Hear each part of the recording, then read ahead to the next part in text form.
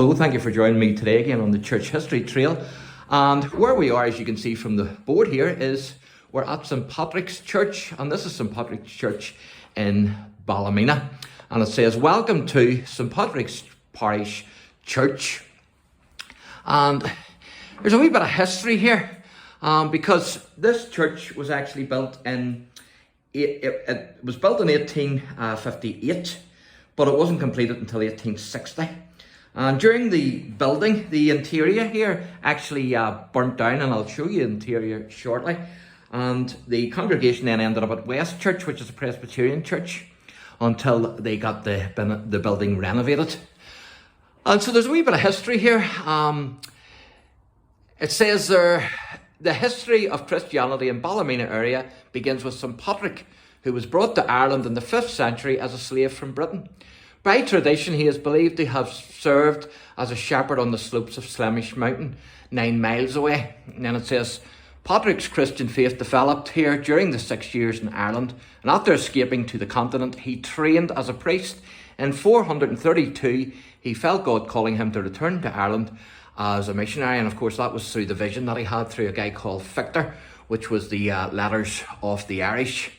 And he came back and spread the good news of the gospel here in Ireland. And there's other wee history there. You can pause the video, you can read that for yourself. There's loads of history there, as you can see.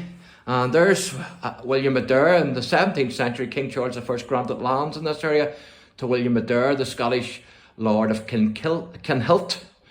And then it says after he built a castle at that time, which was located somewhere close to where you're standing, and I'm informed that it's actually where the Ballymena Leisure Centre is now. And then it says it is from that Castle Street derives its name, and I took you down Castle Street earlier. It stood on this site for around 100 years before falling into a state of disrepair, and unfortunately the castle is no more. And so you can pause the video there and you can read a wee bit. You can see the castle there and a wee bit of history of the castle. And so I'm going to take you inside now, and this is inside the building. I think you will agree, absolutely amazing. Fantastic. And you can see the stained glass windows. Brilliant. Beautiful. I certainly wouldn't want to be cleaning them. It would take you a wee while. And that's the baptismal font. And I think that's a wee memorial to the war dead there, by the looks of things. As you can see, there's the names. Samuel Bunting, David Blacker, John J. Kearns, etc. And it's 1939 to 1945, which is the Second World War.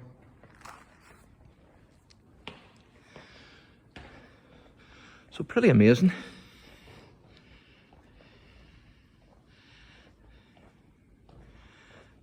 There you can see, I think that's the one of the organisations, the BB or something like that.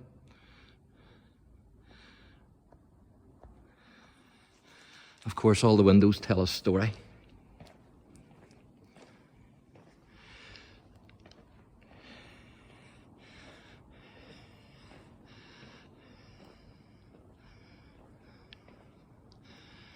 Brilliant, isn't it? There's the pipe organ,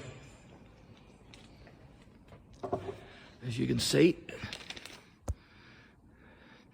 And there's a castle there. Or no, that's actually the church. I thought it was the castle, but it's actually the church. And so we model the church, so I'm going to show you that.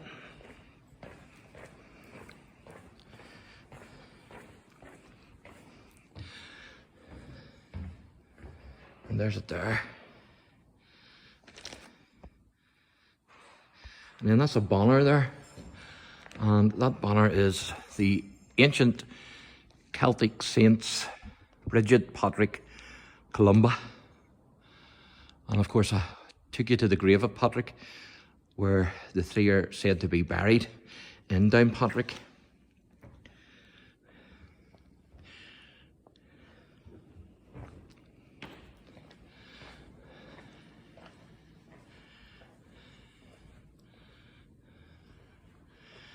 And that's to the glory of God and in memory of Arthur Edwin Ross, I think that is,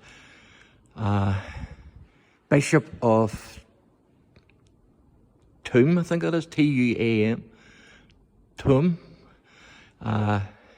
Killalay, and I'm not sure what that other one is, but it's 1920 to 1923, and he was the curate of the parish from 1895 to 1900, and then rector from 1912 to 1919, and he died on the 24th of May, 1923.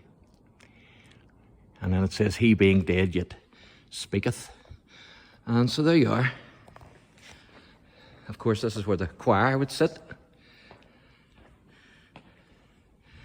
It reminds me of the Martin Luther film, when Martin Luther was an Augustinian monk, and he was sitting with the men in the choir. And there's another pipe organ, as you can see.